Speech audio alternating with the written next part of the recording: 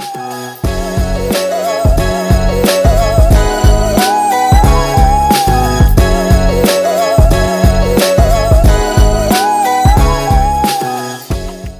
guys, and welcome back to another episode of African Voices Unmuted, your favorite podcast brought to you by ASA. I am Timothy, the host, and I'm here together with Sean, the other co-host. Hi, guys. I'm so glad to be here, but I'm very sad to say that this is the end of our Movemeber journey. Yes. Despite this episode coming out in December, listen, the conversation still continues on. Exactly. And today we continue it with Dr. Fabio Porru from the Student Wellbeing Center. Woo! Dr. Fabio Porru is an amazing doctor who studies, particularly focuses his research on epidemiology, and I'm sure he's going to go a lot further into discussing what he does, but in a very lighthearted and fun way, just as he is, our happy epidemiologist here.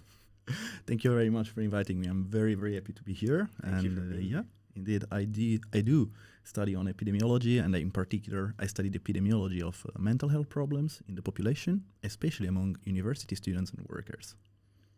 And could you maybe explain what epidemiology is big word. exactly? We can really start from there. Well, even if people think actually that epidemiology is something about epidemics, so indeed like infectious disease, actually that's how it started. But the idea of epidemiology is a little bit broader today. So we really try to study the trends of disease. So for example, like in which population we observe the specific onset of a disorder, or for example, which kind of factors that we can call determinants, for example, of health problems, can actually have an impact on the population health. Yeah. So we try to study mostly like from a population perspective. I did my PhD and most of my career at the Department of Public Health. So basically our patients are actually the entire population, so it's not the individual. And that's what we try to do with epidemiology. We try to study the onset, even the chronic condition, and we try to understand which factor might increase or decrease the chance, the likelihood that a disease show up and as an onset. And also, we try to study also the consequences that those problems might have on people. So that's what we do in epidemiology.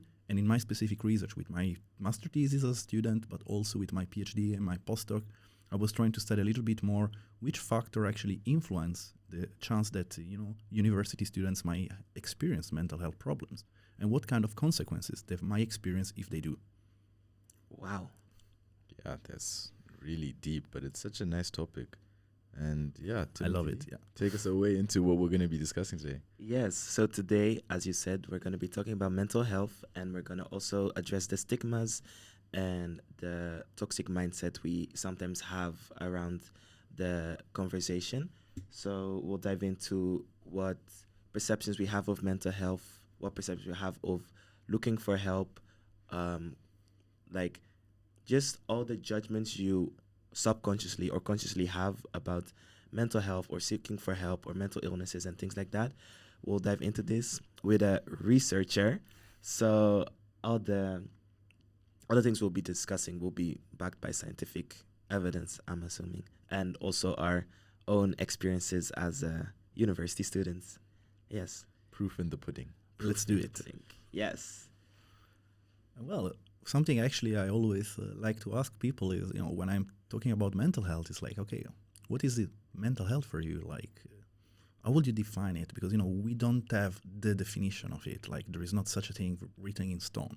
We create some, definition. We talk a lot about mental health, about mental disorder, mental health problems. But for instance, like, we change it over time, and everyone might have a different perspective. This has also changed a lot across culture, for example. And that's why, for example, the university scenario in the Netherlands is very interesting, because we have a lot of people also coming from different background, different part of the world, different cultures, and they actually look at mental health also from a different perspective, which makes it very tricky also for us, for the student wellbeing program, to try to create something that works for everyone. Because, for instance, like different people have a different perspective, and I guess that's also what we are going to discuss today for the Movemeber movement. So, for instance, how there are also gender roles that might actually lead different people to experience different things in a different way, and also to behave and to react to that in a different way. So, guys, I would like to start actually with me, the guest, asking to the host, like, what do you think? When you think about mental health, what comes to mind? I think that's such a Such a difficult question, yet so Yep. simple. It's one of those ones where, like, it's like when the teacher asks you to explain why this is the answer, and now you're like, oh, you're stuck because you're frozen.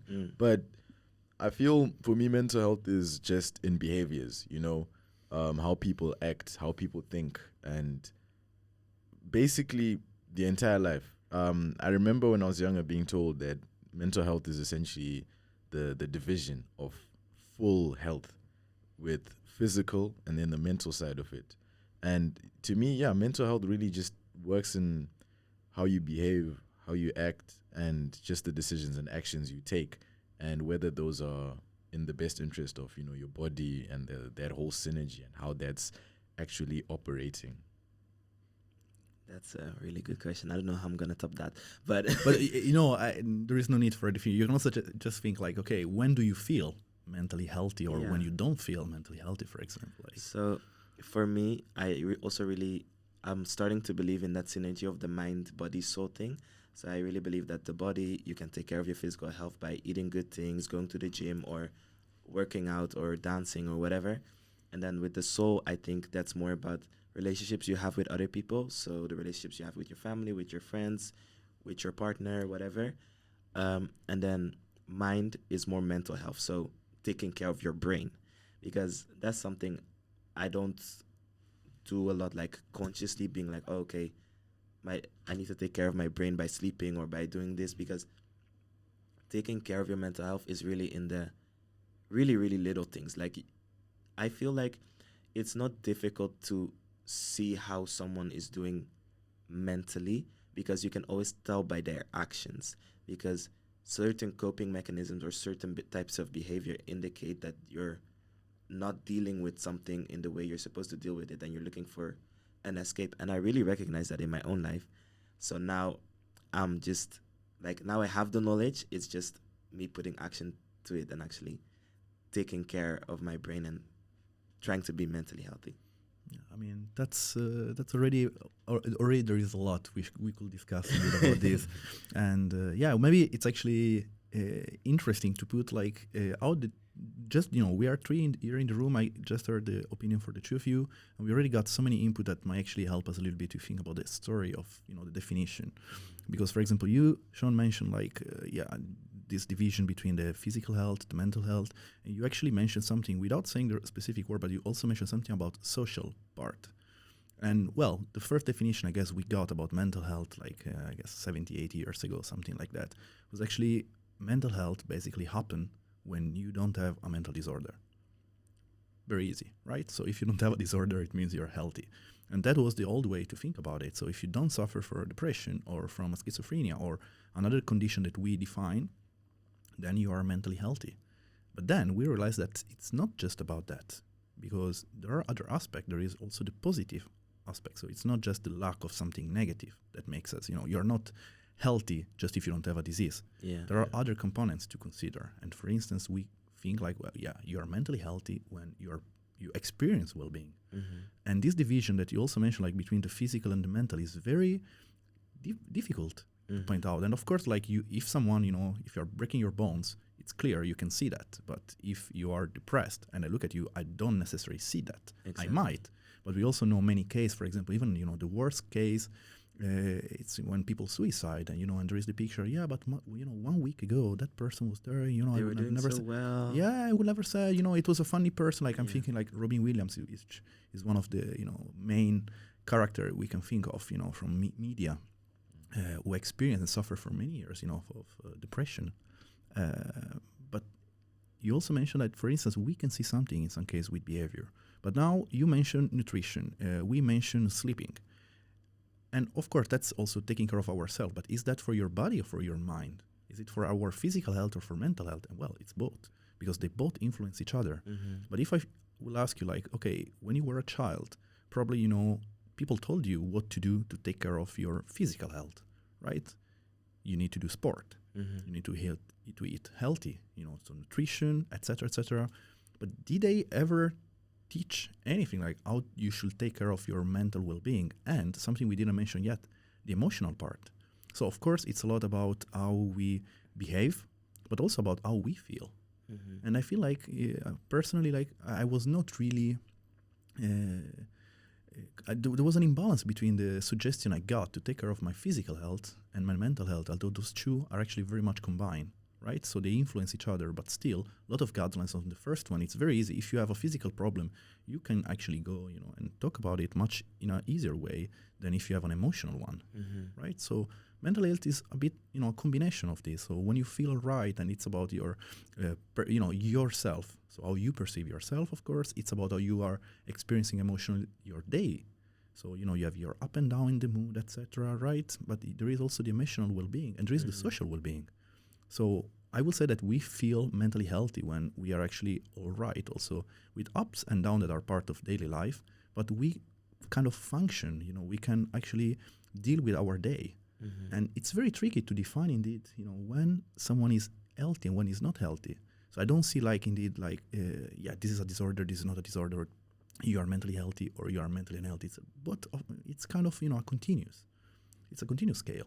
So we can feel a bit healthier, a bit less healthier. And of course, in some cases, we end up in the pathological things. But for example, in my research, I really, when I can, I try to avoid to use mental disorders, because those are also definitions we make up. And when I work with students, I really care about the positive aspect also, so the mental health. So there is a problem when people are not feeling mentally healthy. But then, how we perceive ourselves, it's on us. And it's very interesting because one of the projects from the student wellbeing program itself, we check and we see that a lot of people are actually satisfied, for example, with their life overall, but they don't feel very mentally healthy. So what is... happiness is different from being mentally healthy, but satisfying also with your life. So it's a very abstract concept. And that's why I keep asking people, think what is your mental health? Yeah. Because maybe your perception is going to be different than mine. Maybe I really need also to be, very social to feel mentally healthy, while you feel very good on your own. So, it's very personal. So we try to have the discussion, but, when I ask you the question, I wasn't expecting the right answer because we don't have one. It's really something we need to keep thinking about it. Yeah. And it's very difficult because every time I think about the topic of mental health, I get so overwhelmed, and I'm like, actually, I can just, live without doing this whole thing of reflecting and whatever, and journaling and thinking, coping mechanisms. Because I was having a conversation with one of my friends the other day, and he was telling me how when he was younger, he used to have this system of how to process his emotions, and now he feels like he's lost that. And that got me to thinking, and I'm like, did I ever have a system on how to process my emotions? Because I feel like whenever I feel an emotion, it really, I'm quite sensitive, so it really takes over my whole body and how I think, and I see everything through that emotion. So if I'm sad, I'll see everything as sad that day. It's very hard for me to in that moment try to find the positive things. But that's also because I never really learned how to separate emotions from reality, because it's, at the end of the day, it's a lens. You can have a good day while bad things are happening, So it's more how, because we don't talk about it. There's no course, in, what's it called? In elementary school, we had PE, so physical education. We never had anything about mental education. So it's also Yeah, well, indeed, now there is a big discussion. I'm from Italy. Right now there is indeed a huge campaign also on social media for the importance of creating some education about sexual and emotional well-being. Because, for instance, we do not get educated about it. I guess in many countries now, in Europe at least, they are doing it, but still, it's not something we include. And actually, if you think about it, I guess all of us, I suppose we can relate. When we were children, they will tell us maybe we will feel sad or we'll be crying, whatever. We actually get the guideline.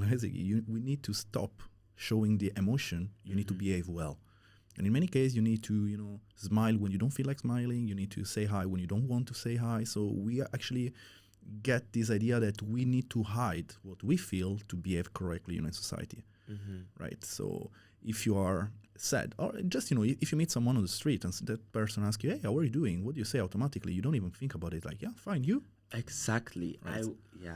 You don't talk Yeah. about it. And of course, I don't know you, maybe we just talk once, so maybe you don't really want to share, you don't want to overshare because it's just a habit. I don't really mean it. But a few years ago, I actually started this exercise.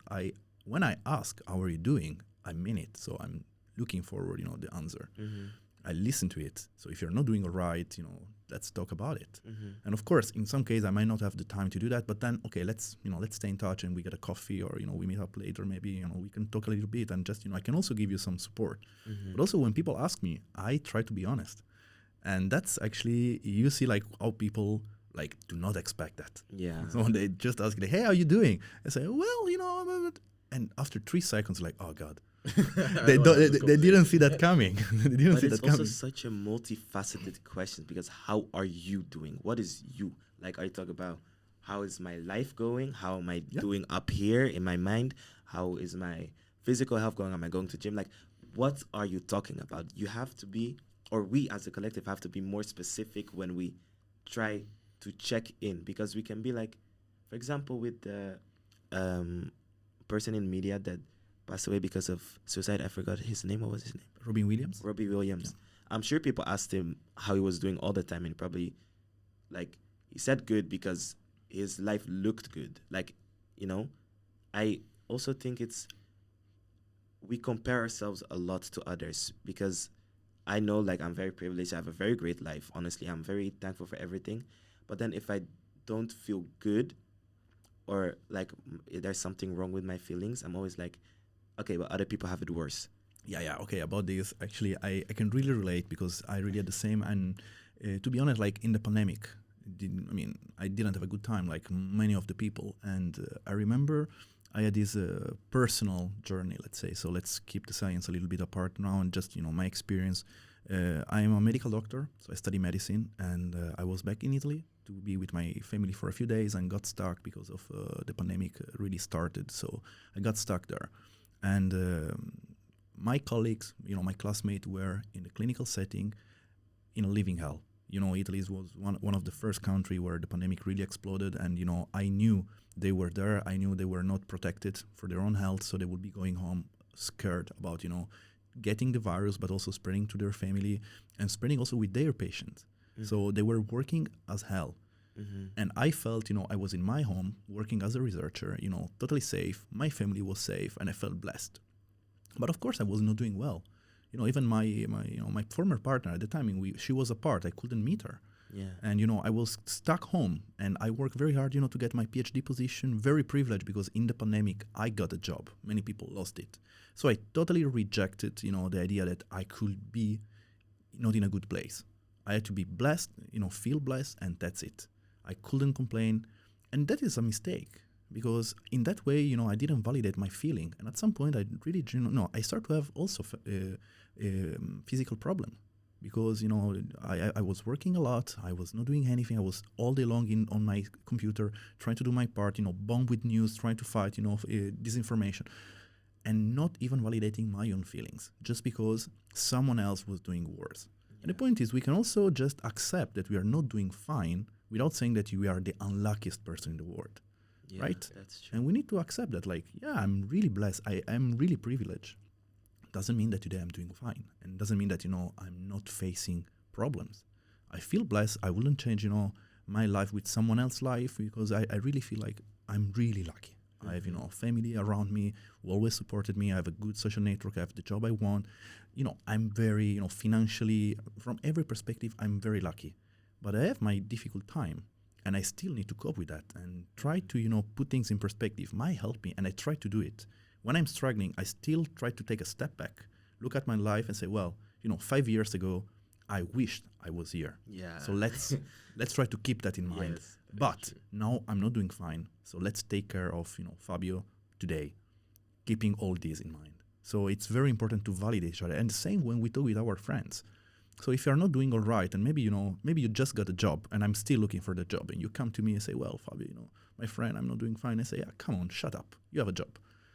Now it's like you'll never talk about your things again, because now you feel you're in a position where, so clearly if this is going well for me, for example, you can have a day where you sit down and you honestly reflect your life and say, okay, this is going well. I've got a job, I've got a car, I've got a house, I've got a family, I've got a lovely partner, I've got friends. But you can still be unhappy within that. You could still Yeah. have something else that's bugging you, or just different issues going on through your day. Maybe today was good, but tomorrow might be a bad day, or just you might Exactly. just be in a slump for whatever reason it is. But now, because the big things are going well, it now gives light to it doesn't shine on the small things, and now they get overshadowed and almost irrelevant.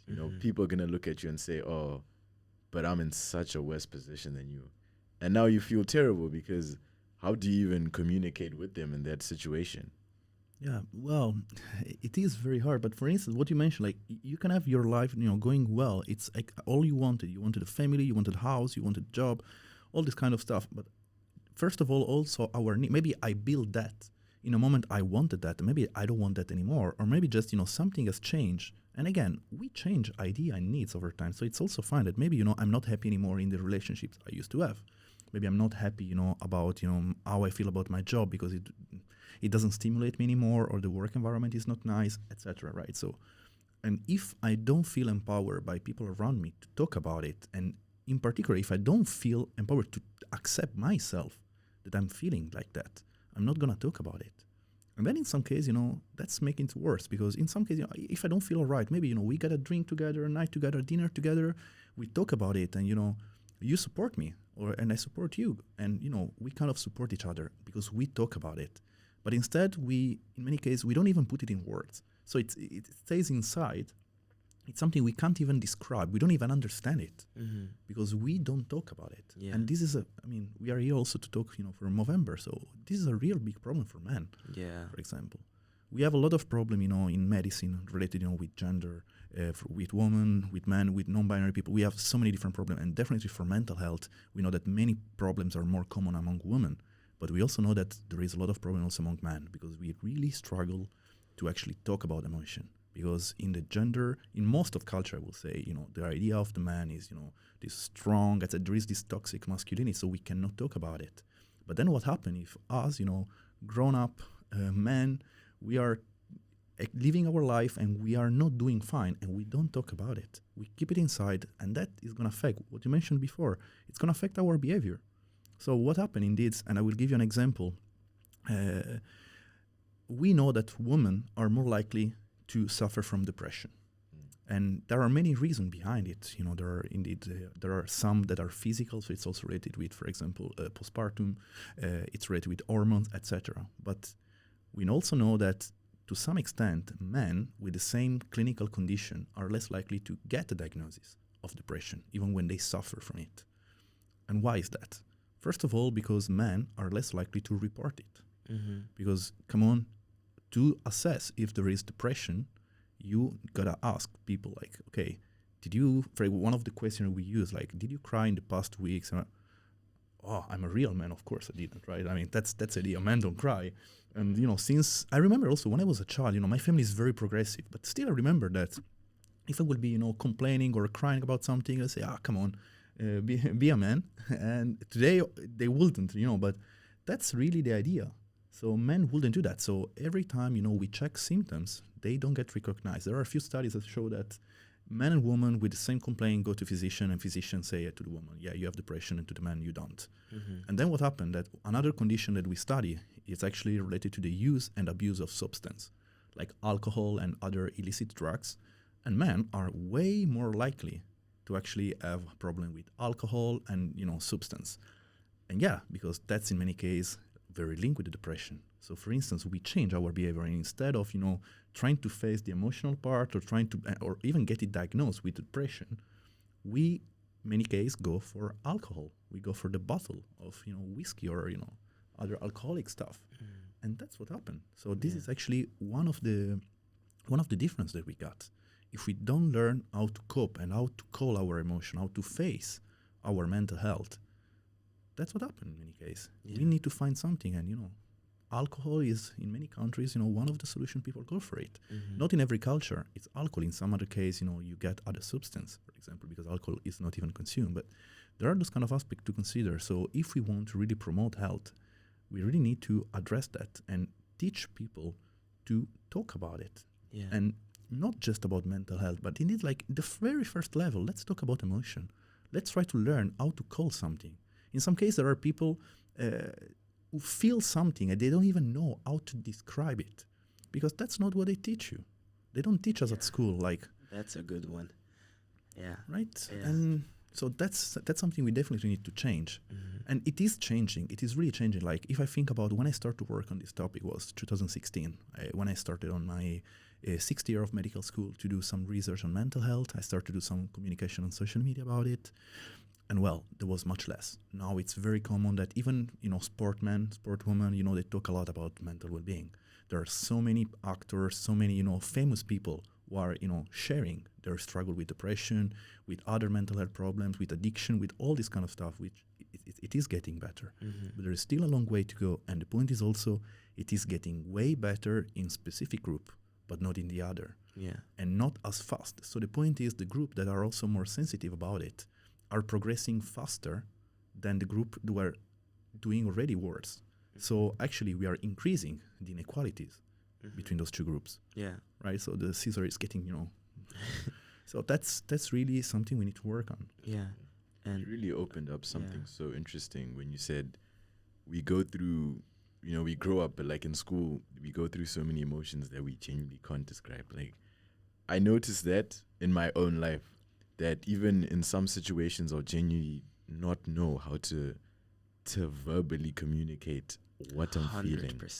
And I think that is so crazy, and it's really just such a shame that I truly cannot, with all the English knowledge that I've gained over my whole life, verbalize what's going on. And that's just, you're touching on something. Wait, I'll let you finish. no, on this. I'm basically done because I'm just still shell shocked by this. Yeah, I mean, but the thing is, I realized. Okay, first I wanted to say something as well. Like, even though you can be happy with where you are in life, it can also be, like, you can be happy in the place you are, but it can also be, like, you don't want to be there. Like, you want to be in another place. You have this high expectation that you need to get to in order to be happy or in order to feel these things. And I am like the person who does that the most. And also something I realized is, if you don't listen to your own emotion, your own body, your own feelings, who else is going to do that? Because I take my friends so serious when they talk about their mental health or their problems or their thing. But how often do I sit down and be like, okay, Timothy, today you be your own therapist. Like, you can't always, it's not someone else's responsibility to take care of your emotions at the end of the day. And what you were saying about not understanding your feelings, I completely relate to that, because, for example, with grief, I feel like everyone who has gone through grief knows that if you haven't gone through that emotion, or even with heartbreak, like serious, like love heartbreak and stuff like that, if you haven't gone through it, you don't know what it means.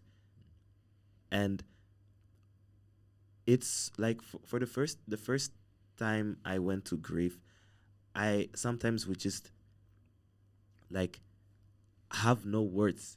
Just be like, how are you? I mean,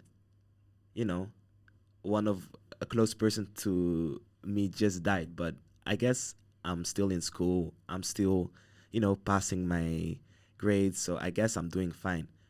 But also, what helped me a lot is that I just started writing it down at one point, and it turned into a hobby. So now I write poetry a lot, and I've written a poem about this exact topic, saying that I was missing my friend a lot, and I wrote a poem about how there, in no language on the world I could ever explain or write down the depth in which I miss him. Does that make any sense?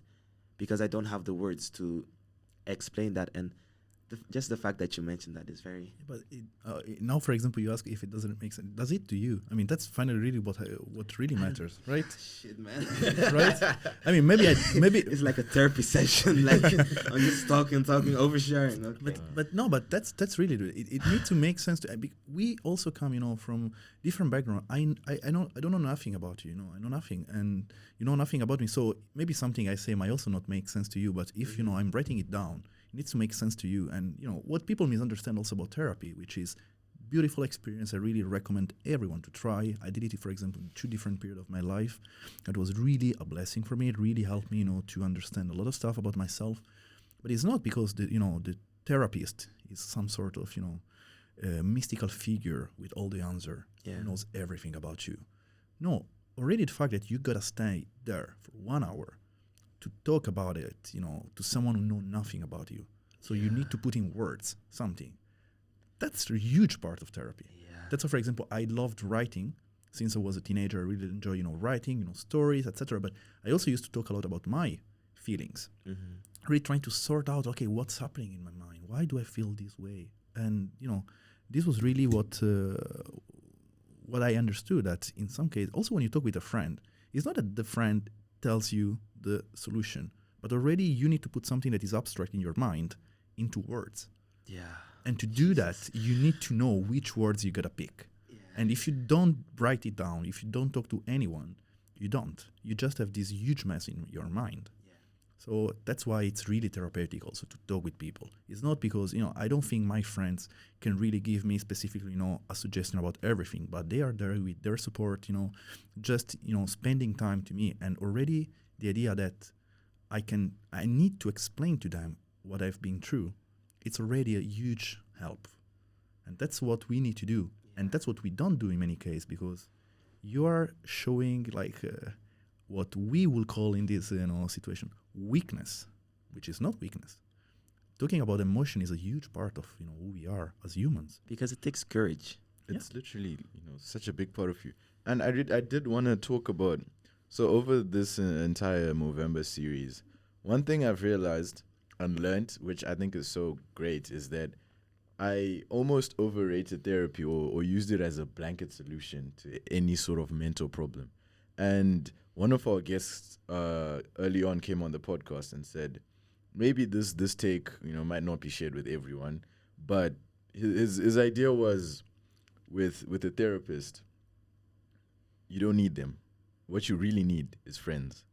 And I thought that was very interesting, because I somewhat agree to it, actually. Well, I think I still want to go to a therapist, but I genuinely thought that was such a nice and interesting perspective. Yeah. And I would love to hear what you think. Absolutely. Well, first of all, and it sounds strange for someone, for the student wellbeing program who says that, but it's not like, I don't think therapy is the solution to everything, because first of all, we have so many people who experience mental health problems, and we cannot afford to have. Basically, otherwise, what I keep saying, we will have 2 types of people in the world: those who are going to therapy and therapists, because we will need so many therapists for everyone. And that's a first problem, because you cannot solve a problem which is a societal problem with individual-based solution. And we have a waiting list. Have you guys seen the waiting list? Exactly. And the prices? Exactly. It's and insane. That means basically that only people who can afford to go to the private, and to pay for it can actually afford it. So the people who are already to some extent, privileged, can actually get the help, and the other ones don't. Another criticism that there is towards therapy is that, for instance, it tends to be for very privileged people, because if you are struggling with financial concern, etc., going to therapy and pay, like in Italy, a few years ago, the average cost for one session was €70. So €70 every week or every other week, or let's say once a month, so €70 to tell, like, if I have financial concern, that is going to be a huge problem for my mental health. Especially as a student. Yeah, exactly. Right? Yeah. Exactly. So the point is, we cannot solve that. That's why we need education. Then the therapists need to be there, and we need to make it as much as possible available for free to anyone, like, very important health service. If you're struggling, if you have a very important depressive period, for example, you might need, therapy. You might need pharmacological one. We have non-pharmacological one, etc. So you might need those help. But we need, first of all, to do primary prevention. I don't want someone to go to the therapy because they never learn how to deal with their emotion. I want that person to learn how to deal with emotion. And if then that person still needs some help, you can go. I will give you 2 examples from my experience in Italy. Back, I guess, in 2017, 18, only few universities will offer, psychologists to students. And I remember, I guess it was the University of Torino. They opened a service, and they went big for the media. Like, they were so proud of it because it was a big stuff. So I guess after 2 weeks, they had to stop reservation because they were fully booked for 6 months. And Just because they open it up to students. no, they create a service, the psychologist for students for free in campus, something like this, for students of their university. Wow. But in 2 weeks they were fully booked because that was a huge need and everyone would go there. But then the point is, after really 2 weeks, you had half year gone. It was something like this. So the point is, again, you can't make it. You will need millions and millions and millions of therapies. Can I say something about this? Sure. One thing I realized, and because I've also seen a lot of quotes and people talking about it, is that is no one is coming to save you. Yeah. Not because they don't want to, but they're busy saving themselves. Because I give a lot of energy to my friends and stuff like that to like help them, but no matter what I do, I cannot make the decisions for them.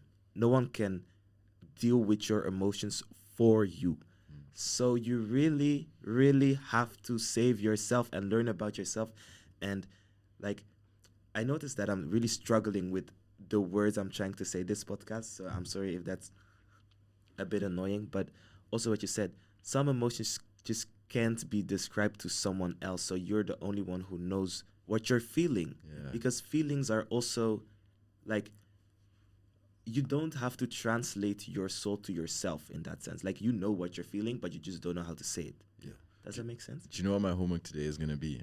I'm going on the internet to find out how can I learn to express my feelings. But I do want to ask you, Fabio, you mentioned this almost briefly, but you said there's preventative care. Like, that would be one of your solutions. And I mean, I'm sure you're at an age of having your own children or, nieces and nephews. Build them up how you would want, them, like the ideal life that you'd like them to be raised in. And then also, if you could just give your fellow uni students like a little blueprint of what we should do for the future. Yeah, well, before to get to you, I want to get 1 second on what you want to say. I mean, you said that indeed, like, no one will save you. Nonetheless, I want to ask you, how many times do you actually expect your partner, friend, family, whoever, to actually behave after you got hurt for some reason, like, you were annoyed by something someone else did, and without even expressing that, you expect, other people to do the right thing for you. Exactly. Right. So, and that for me says a lot also about relationships. So, for example, romantic relationship, but also, friendship. In many cases, we do not even communicate because we expect the other person should know by you doing or not doing something what you feel and what the other person should do for you. People can't read your thoughts. Yeah. So the point is, it's really important also, that's why I was talking before about the importance also, so being emotionally educated. So learn also how to express yourself without being, selfish. If I'm telling you, like, this is what I need, I'm not telling you should do it, but I want you to know. And if I do this, I don't mean, to hurt you or something, I just do this for this reason because that's how I feel. And we need to learn that also to have healthy relationship with people around us. Again, it can be a relationship with our family, with our friends, with our partner, anything, with anyone, any kind of relation. We need to learn that, how to communicate. But before to communicate, we also need to be, as you mentioned, responsible for ourselves. Mm-hmm. Of course, like, I'm going to help you. You're my friend. So definitely, I want you to come to me if you need anything. And if I need anything, if I need support, I'm going to come to you, of course. But no one, and that's something an Italian therapist keeps saying, like, no one save you. You cannot force someone to go to therapy neither, right? You can just, be there for that person, but you can be a support. You cannot be the 100% support of that person. Because we have a life outside of our emotions. Mm-hmm. If I think about, I wish I could save, all my friends from the problems they have or the things they're going through. But at the end of the day, we're students. We hang out also not talking about emotions because that gets But also, it's not your role. And it's not your role. Our role. You are a friend. You are, you can be a partner, a friend, a relative. You are not, someone who is supposed to do that. You are not going to take someone, if that person is doing a mistake. First of all, maybe it's not a mistake. Maybe that person needs that. And should be allowed to do whatever he or she or they feel about that. And we also don't have enough time together. Yeah, I mean, but again, everything will be different if we change a little bit the sense of community, etc. Yesterday I had a discussion with someone also working, for example, for the living room. one of our initiative for the student well-being program. And I really like what we discussed, because the idea was we need community. Yes. And that's Speak on something, it. and something that I was said, it was like, wow, this is very enlightening. Like, we were discussing about how we still look at individuals at university level, like we have students, but what was said is like we should think about having a functioning class over functioning students, because if a class work and you have a network, we also enable each other, we empower each other, to work. And in many cases, people also struggle with that. So yeah, there is much to say, but I'm also going back to also what you mentioned. That's a very complicated question, of course. Like, how can we change? Because, as I mentioned, also mental health is changing over time.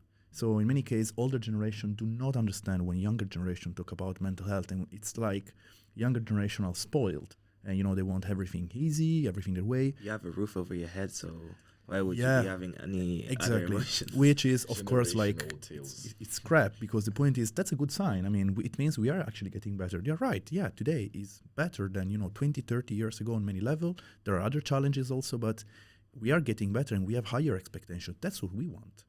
Otherwise, imagine like in the clinical setting, if someone who is 70 years old come to you with a health problem and say, well, back in the days, people would be living 50 years, so I'm sorry, go home and wait, for your dad. No, we don't do that, because we are getting better. So even when younger people complain because they want better condition, I will say that this is actually the way.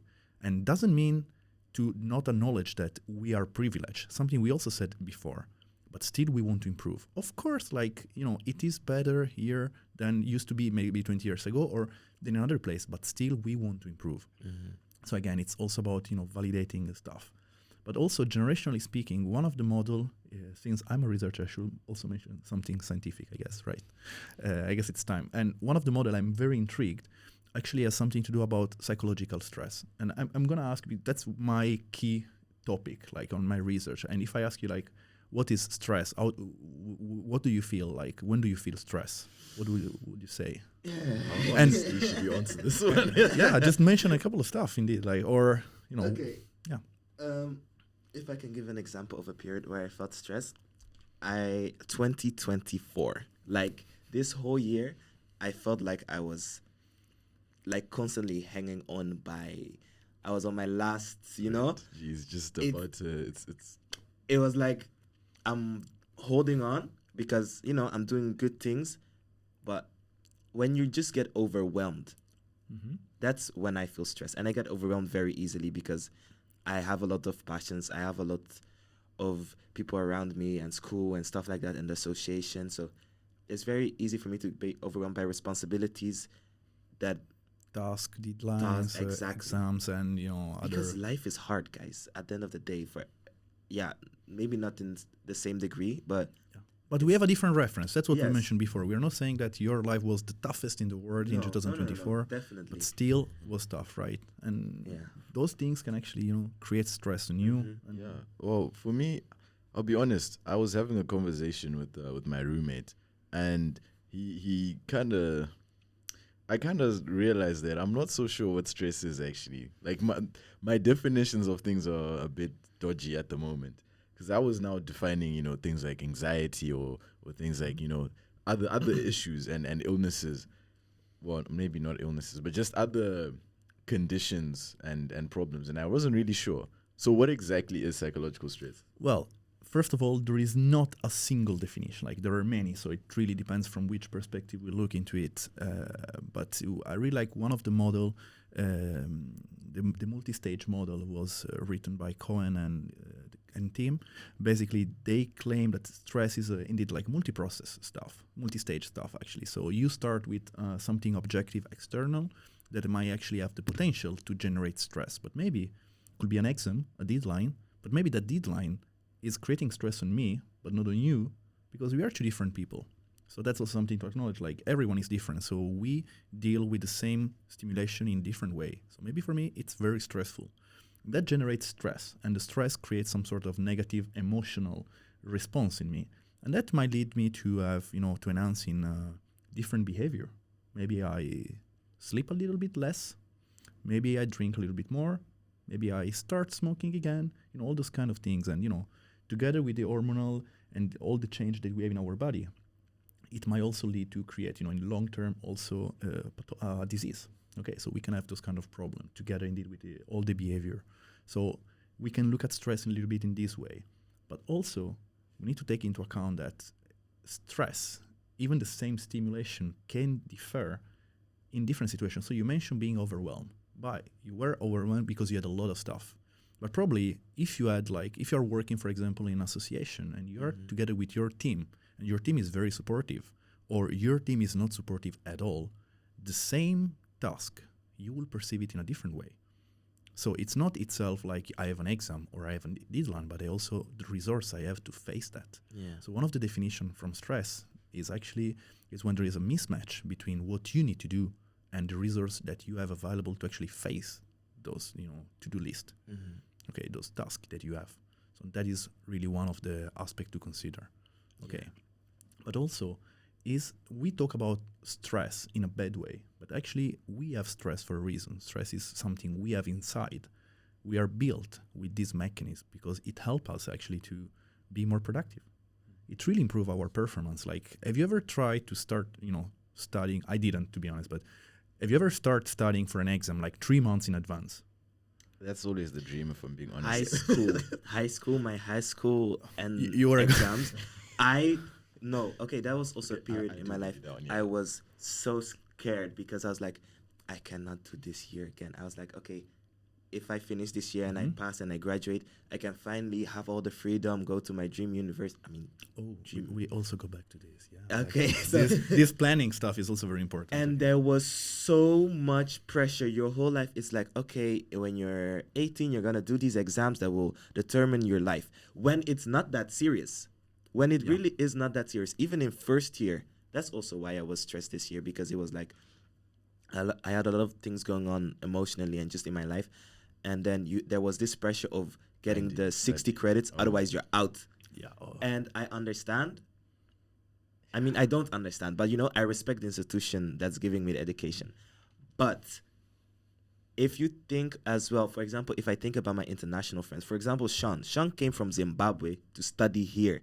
He pays 10,000 euros every year for tuition fee. So, of course, he's going to feel pressure to perform and get all these credits and not give enough space for his emotions and things like that. So it's really, sometimes you can't control the factors that give you stress. Does that make sense? Yeah, it does. But going back to this, the idea, that stress is supposed to help you, because then you get concentration. If you get stressed, the idea is that our body knows that we need to be more productive. So actually, physically and mentally, we are more concentrated than someone who is very relaxed.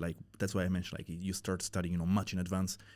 1 week or 2 weeks before the exam, your concentration is higher because you are more stressed because the deadline is getting closer. So you really need to be there. But the problem is, this is eustress. So eustress is good stress, so because it helps you with the performance. The problem is what we mean when we say that we are stressed. We mean the distress, when it's so much stress, the level peaks so bad that you're not even able to concentrate, because then the anxiety and then, all the other feelings come up, and then your performance goes down, and that's bad. Also because university should be about struggling.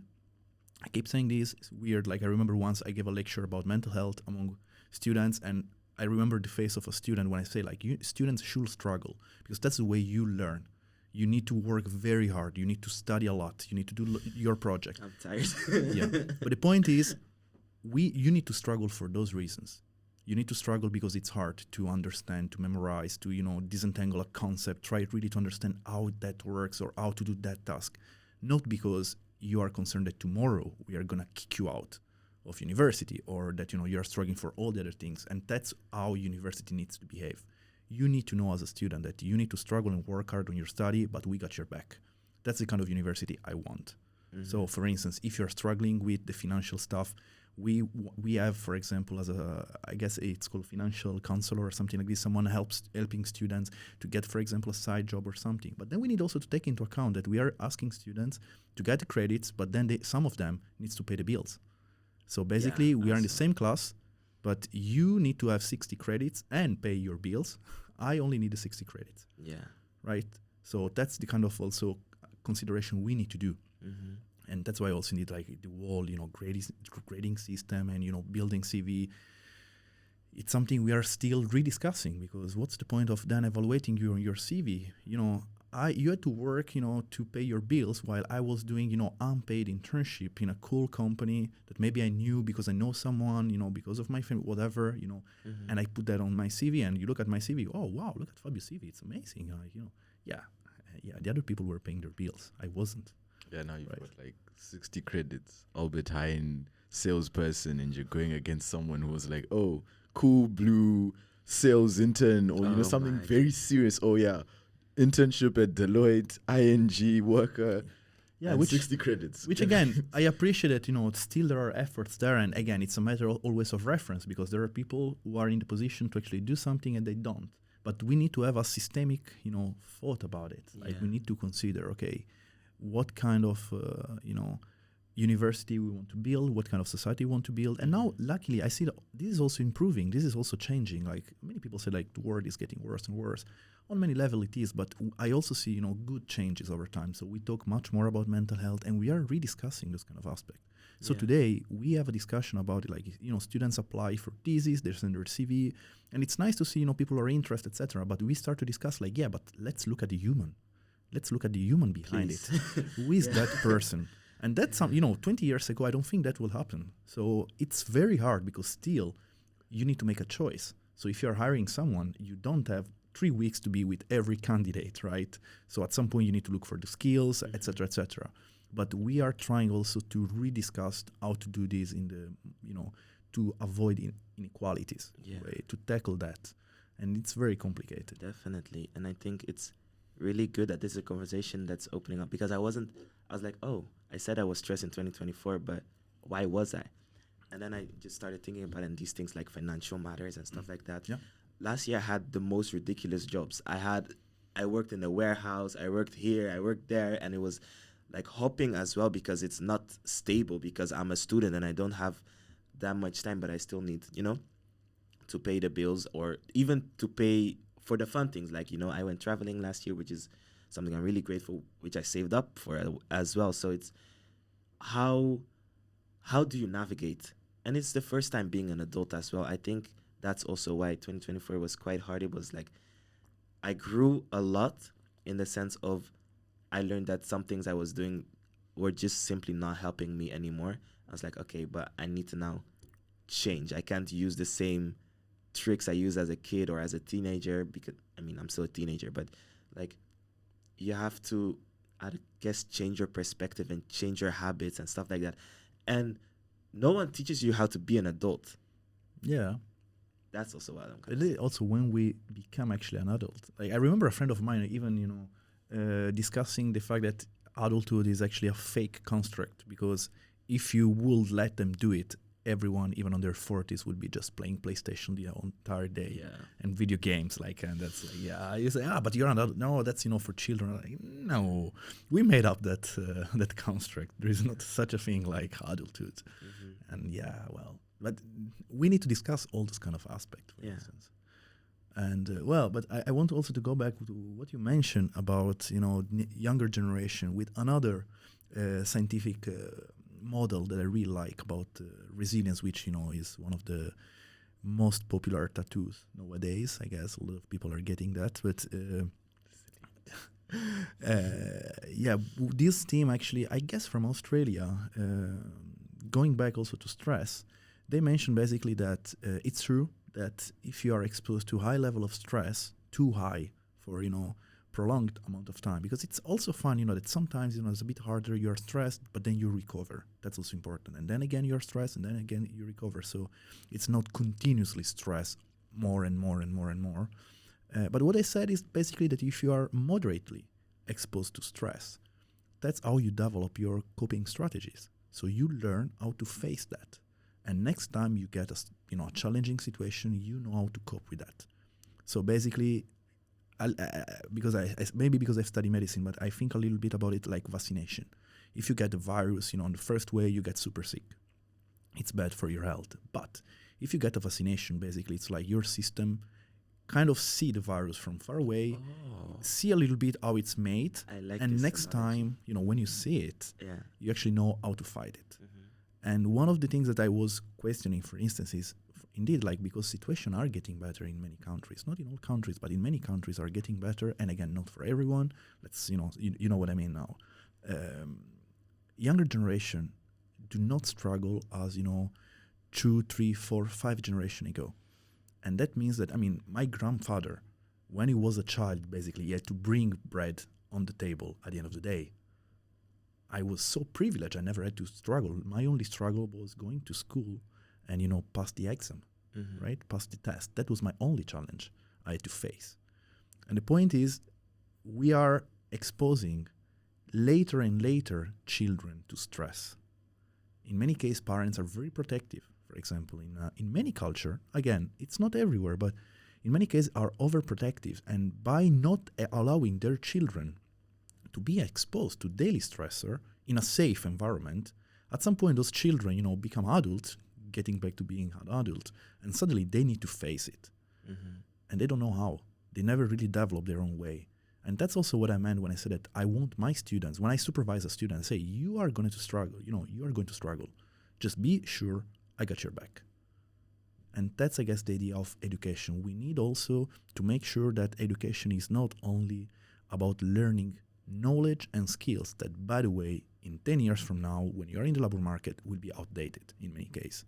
We need to help people to develop also as a people, as citizens, as humans, and as workers. So we really need to work on the values.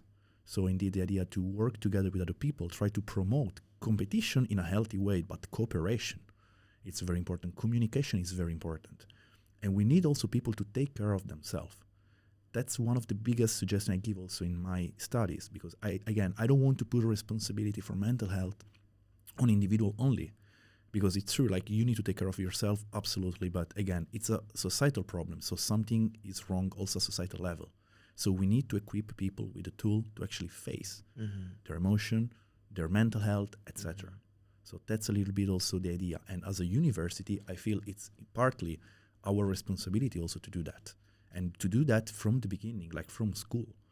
So we can introduce well-being as part of it. And I can tell you also one of the report about the skills that are going to be, searched by the human resource and by the companies in the future after you graduate, guys. It's actually also the ability to manage stress. So we need to teach you, if we want our students to be successful, we need them also to be healthy. And that's also one of the reasons, why do you think mental health is important? Like that's something I usually, in some cases, I start also, presentation lecture about it. Like, why is mental health important? Why are we talking about mental health? And again, not right answer or wrong answer, but why for you is important, for example. Also think of like societal level, not just as an individual. Wow. Okay. Because if we don't take care of our mental health, or if we're mentally unhealthy, you will project the issues you have going on in your mind on other people, and it will have consequences on your life. And as well, if you're lucky, your mind, like you'll reach the age of 80. And imagine going your whole life being mentally unhealthy. Well, there are ways you could have taught yourself how to deal with the emotions. Imagine at the age of 80, you've never had the chance or never put the effort into understanding your own emotions. I feel like you would lose such a big part of your life, not understanding a certain part of yourself, not being curious about, okay, but what does this feeling actually mean? Because it's a signal from your body at the end of the day. So that's it for me. Yeah. You have any thoughts about it? No, I mean, for me, I just think I fully agree with Timothy. Like, I don't even have anything to add on. I feel like he's added all that I was gonna say and more. Okay, then I'm gonna, well, in some case, for my research, I need to try to explain also like to my grandma, what I do and why it is important, etc. And in some cases, we also need to do this like with this elevator pitch in 3 seconds basically. And so I compress the main 7 reasons why I think mental health is important and why we should invest on that.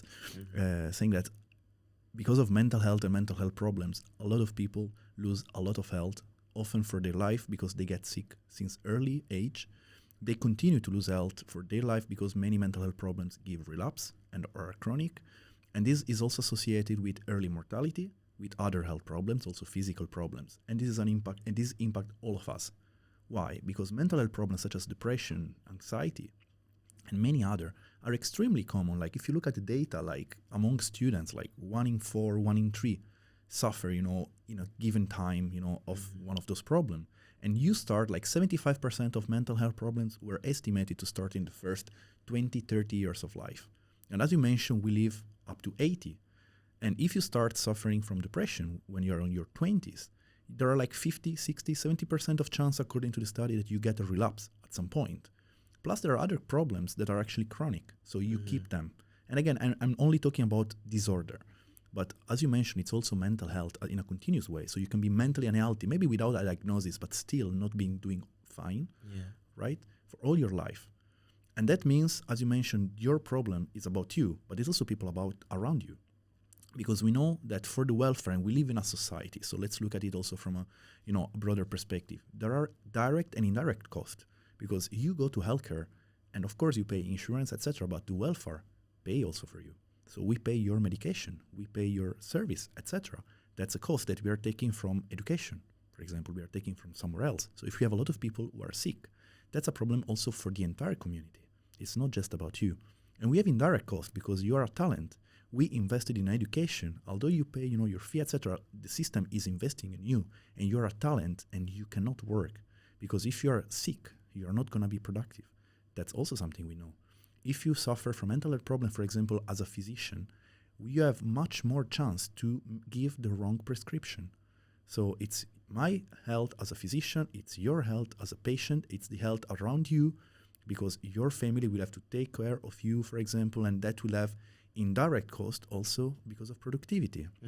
So if you're not doing all right, then probably someone around you need to dedicate time, so maybe cannot go to work neither, or anyway at work is not as productive as could be, and that create another damage to society. So it's a lot related.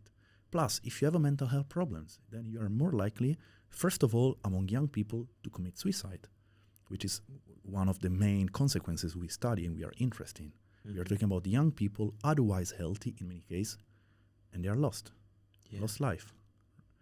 We also have an increased risk of other problems for multiple reasons. Some of them are organic, let's not look into the biology, but some of them are also behavioral. So what we also mentioned before, if you are not mentally healthy, you are more likely to smoke and to drink, etc., etc. So that also associate with other health problems. And again, health problems, physical problem means also other cost for society.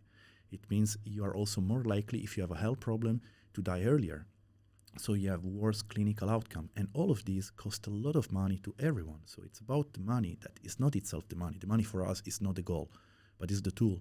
Because without the money, we cannot invest in education. We cannot invest in welfare, in research, in many other policy that we want for people. So that's why mental health, from a public health perspective, is very important. Wow. There are many, many, many factors. So we really need to do something about it. Yeah, I think that's a really thorough explanation as to why this conversation and continuing this conversation is very important. I wanna, before we round off, maybe. I want to also mention, like, what you said about suicide. It's a very uncomfortable conversation because, like, bro, suicide is like, that's, I don't know. Yeah, it's one of the most stigmatized topic. Like, what is there even to say? When I remember the first time 13 Reasons Why dropped, that traumatized me. I was in the, like, I was early, so I saw, like, the scene where she cut herself and things like that. I was like, I had never in my life thought about, I've never gotten to a point where I thought that something like that is an option, because I didn't even know that was a thing. I was like, oh, people are not okay. And then, like, the people, there was controversies and the hype died out, right? But if people had listened, for example, to what that girl in the TV series had to say, a lot of things could have been avoided. And I think, but if she had also started speaking out herself, that's something I learned from the TV series. It's not that deep, maybe, but like if she had spoken out and not done the tapes, but like spoken to her friends, a lot of things could have been avoided. And we think that things like depression or anxiety are inevitable and stuff like that.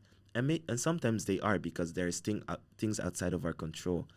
But please, please, if you have control over, try to regain control over your emotions. Don't let them, you know, drive you to do crazy things or such extreme decisions that will not only hurt yourself but also hurt the other people around you. Like if you don't care about yourself maybe in that moment, think about maybe the people around you. And if you don't have people around you, it's very difficult.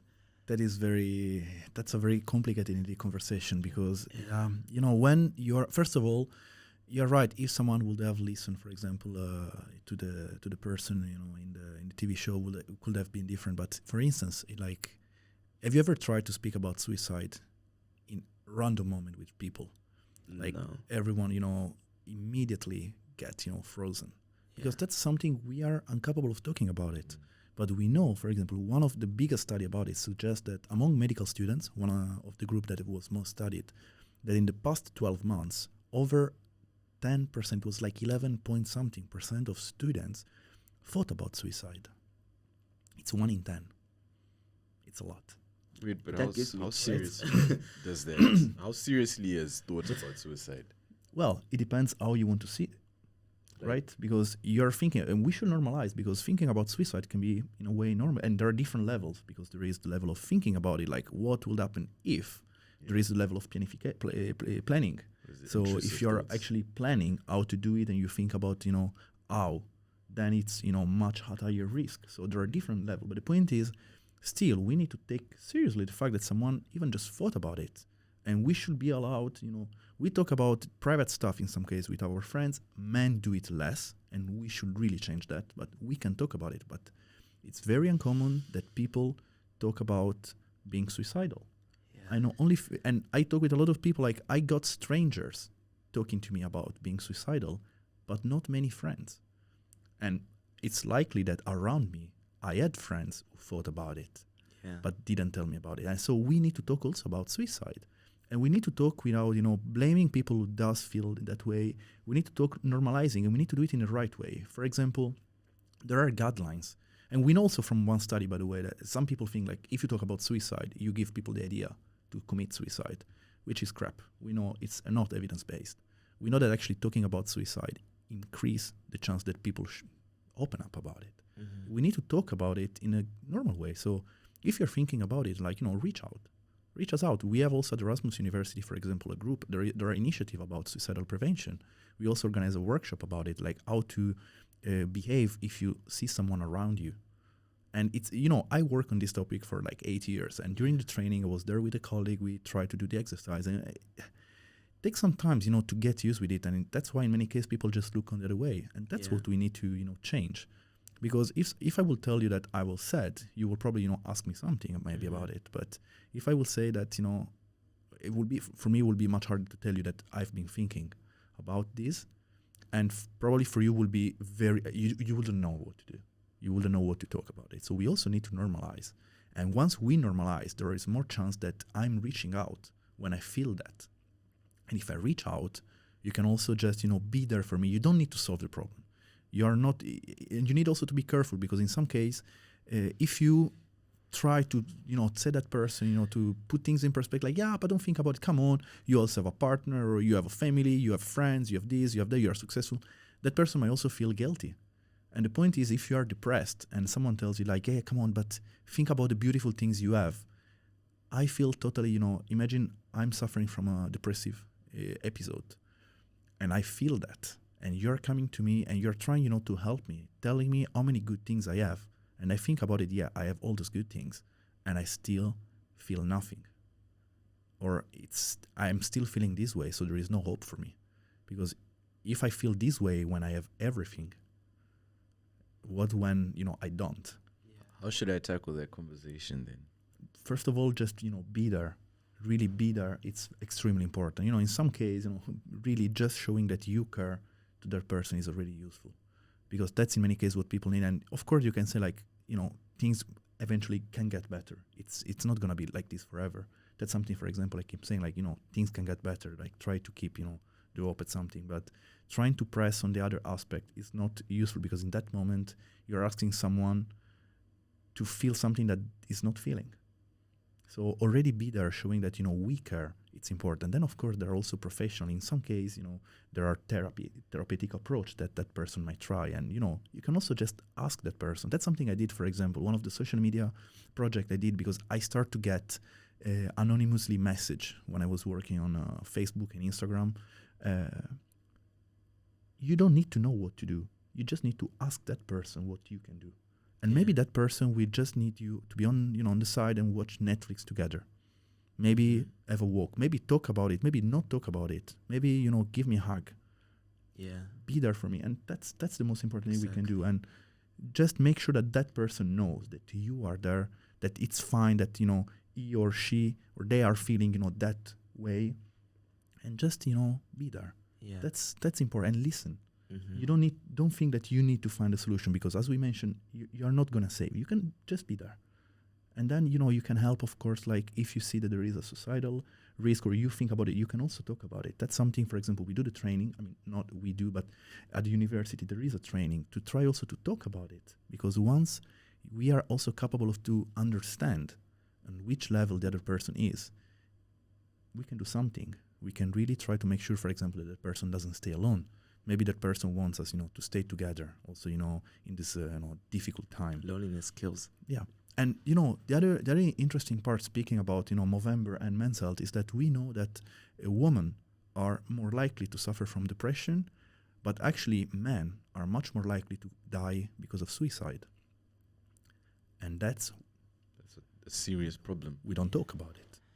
How, as a man, just as a person, I'd say, can I avoid these depressive episodes? Or maybe if I can't avoid the depressive episodes, how can I stop these episodes from getting really bad? Like, what steps do I take? But are you talking like for yourself? For myself. Well, first of all, there are in general like lifestyle choice that we can try to work on that, of course, are not just 100% on you. But for instance, we also as a system need to push for that. But for instance, like physical activity really help. Taking care of your sleep really help. Smoking, for example, and alcohol, actually, we some case associate like, if I'm feeling like this, smoking helps. It's not the case. We know biologically also speaking, it's actually, getting worse. So there are all those guidelines that we already know, but really also try to better understand and devote time to yourself. Because also depression, like what is depression, right? We change also the criteria for that. It's a definition, but that can be, reactive to some life episode. In some case, it can be, related to life choice made in the past. It can be acute, chronic. So there are so many things. So again, the first thing I would say in general we need to do is really like open up about emotion. Really try to open up about our emotional well-being. Try to build a safe network also around us. Try to devote time as students, like really devote time to yourself, because if you really go into, for example, what also Timothy was mentioning before, like you keep working for the future, and at some point you're basically denying your present, and that's one of the things. And again, this is a very privileged discussion because I'm talking about someone who is working too hard. I mean, again, we are not talking about people who are experiencing, natural disaster, relative in war zone, and all those kind of calamities that are on a different level. Yeah. So I'm talking like for us, living in a privileged country, in a privileged setting. Okay, so in general, like we work a lot for the future. So much of what we do today is not for today. We do a lot of things because maybe in 3 years from now or in 5 years from now, we will be successful, entrepreneurs, a startup, or whatever, right? But still, we are living the present. So we need to build for the short term, for the middle term, and the long term. But we also need to keep in mind the first one. So we are also here. If we keep denying all the present for the future, we risk really to drown. Yeah. I keep it like, when you are swimming, if you hold your breath for 10 seconds, it's all right. think about the 10 seconds like, exam term. You gotta, hold your breath, it's fine. But if you hold your breath for 5 years, or 4 years of university, or 6 years, Yeah. what happened? Yeah. Yeah. Right? So you need to take care of yourself. Yeah. And the system, we are trying to build the system. We are trying to, carry on the dialogue, the discussion about how to improve the system, how to equip the system to help. But the part we gotta do also as individuals is really trying to take care of ourselves and try to take care of each other. Mm-hmm. Again, we go back also to the idea of community. So those are, of course, like there would be so many things also to mention, but for me, those are extremely important. And I keep saying, like, also to my students, like, I want you to deliver your thesis, yes, but I also want you to learn how to manage yourself. I had, for example, a student, like, very, very determined, very good. She was an amazing student. We had a lot of fun together. And in many cases, the main negative, they were not really negative, but the main feedback I gave her, like, you really need to improve in managing yourself. Because if you arrive to the deadline and every time I'm going home afraid that next time you're gonna show, feeling even worse, that's not good. And I don't feel like this is the way you can, it's not sustainable in the long term. At some point you get sick, and you get sick, you're gonna quit. I don't want that. Mm-hmm. So it's on us as supervisor, as mentors, as teachers, but also I want my students to do that. And that's the main advice I give. Yeah. Don't let anything, or anyone, not even a bad teacher, to go on your way for your health and your passion. Mm-hmm. Those are two very important aspects, and they go together. If you do something you like, but you lose your health in the way you do it, you're going to like it less, very likely. Okay? Wow. So you lose passion, and the other way around. Okay, if you lose your passion, it's going to affect your health. Mm-hmm. So taking care of your passion, the passion for what you do, for your career, for your journey, it's your journey, it's very important. And you need to keep the two of them together, because we spend most of our day studying first, working then, right? Yeah. So it's naive to think that, this activity and the relationship we have with this activity is not going to impact our health. Mm-hmm. It's one of the main activities. At the end of our life, we go back and we look like, okay, how, it's like the screen time, and you see which app you use. One of the first one will be sleeping, hopefully, yeah. And then there will be for sure in the top 10 work and studying together. Your professional career is going to take such a big time of your life. Yeah. So of course it's going to impact the quality of your life and your health. So you really need to take care of it. Yeah. Well, thank you for some that. Yeah. I think this is an accurate place to wrap up the podcast. Mm-hmm. I just want to give a big thank you to Dr. Fabio Porru for coming here and joining us with this whole Movemeber initiative, and to all the listeners, our faithful listeners who have been on this African Voices Unmuted Movemeber series. Yes. We thank you. And to all the people, I really hope that you've been able to take something away today and in all the other episodes. It's been a really insightful discussion that we've had, and I'm very grateful for it. So, like, maybe as closing remarks, and then you can continue. But something I've really learned this year is that I don't know who's listening to this podcast, but I know that sometimes asking for help or reaching out to someone or starting a conversation about something uncomfortable, you can feel as if you're burdening someone. But always remember that, at least this is how I feel, because I've known loss and I've known grief, that I'd rather have the burden of you complaining about something that is not going well in your life than having the burden of not having you in my life at all because of something that happened to you, or because you couldn't speak out, or like losing someone to death is so horrible. And you might not even realize the value you have in people's lives or the value you have for yourself, because at the end of the day, you could create, in some cases, you can create majority of what your life looks like, right? So if there's one thing I want people to remember, please reach out to your friends, because I'm sure they'd rather listen to your problems than not have you in their lives at all. That's my closing remarks. Yeah. Do you have any, well, not only closing remarks, but any helpful tips as we are all students here? What do you suggest for us to do going forward? Yeah, well, first of all, indeed, like reach out, and also the other way around, be ready. If someone reach out, try also to look around. Like really, let's try to create this, this real sense of community. Let's try to keep it in mind that, of course, like what also you mentioned, some people realize too late and they don't really find the time also to, but we need to look at each other's back. So that's something in general we need to do as a community. We want to have a community, and we are living in a society that is getting more and more individualistic. We need to resist on that. That's something I guess we need to resist. And in some cases, I also work on mental health in the workplace, and I have my busy schedule. I have so much to do, and in some cases, I just really want to go back home and have my life. But then it happened that I see a colleague, and I ask indeed like how he's doing. And I got recently, for example, a colleague was doing not very well because they had like health problems in in the family. And we spent 1 hour basically talking about it. And, in the back of my head, I was thinking like, oh God, I still have that deadline or something. But I'm trying to resist to that.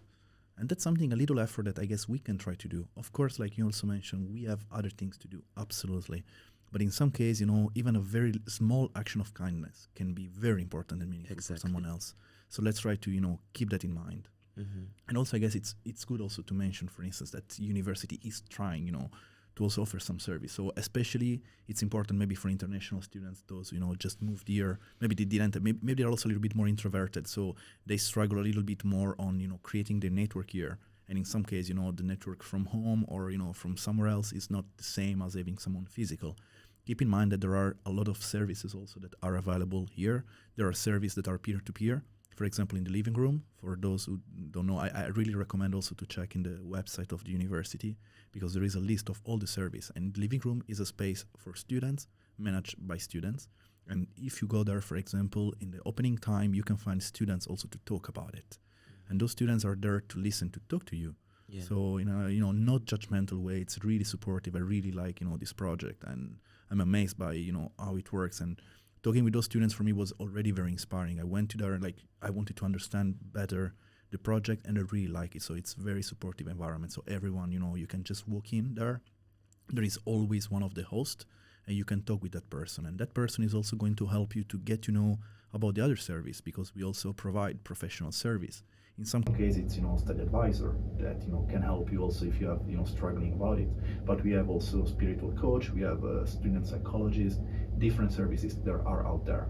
So check in the website, you can find something if you search for the your or Erasmus Student Wellbeing Program, and you can find a list of the service. And if you didn't visit it yet, look also for the living room, which is in the campus, and that's a beautiful space with also workshop for hobbies, for personal development, and this kind of stuff. And I guess that's also important to know for people.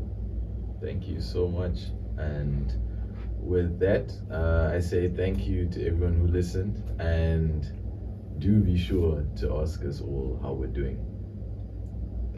Thank you very much. Also, it was very, very fun to be here, and thanks everyone for listening, of course. Thanks for listening to season 1 as well. Yeah, thank you all.